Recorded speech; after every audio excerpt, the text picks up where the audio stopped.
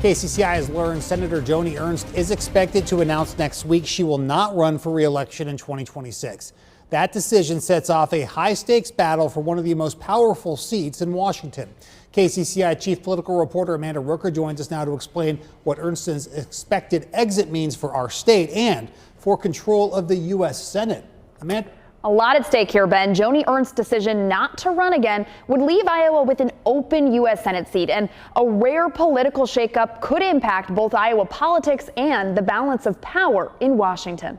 Well, this is big news. It really throws everything up in the air. Political strategists across the aisle agree Joni Ernst stepping aside would raise the stakes for Iowa's U.S. Senate race. It puts the seat in a space where it's vulnerable.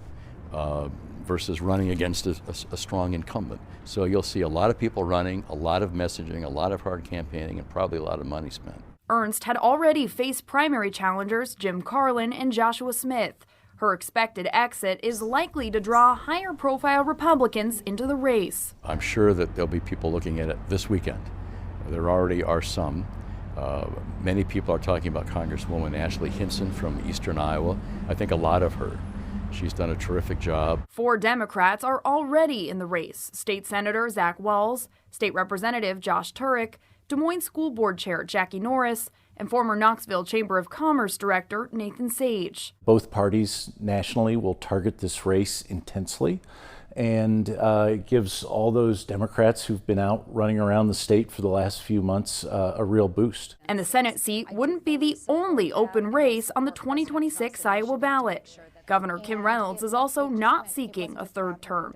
And Democratic strategist Jeff Link says both openings will bring more outside help. There'll be resources put in for organizing and voter registration, which basically Democrats have lacked the ability to fund those things in the last couple cycles. We've reached out to Joni Ernst's office for comment, but have not heard back. Now, there's so much national interest in this race, in part because in 2026, control of the U.S. Senate could come down to just a few states, including Iowa.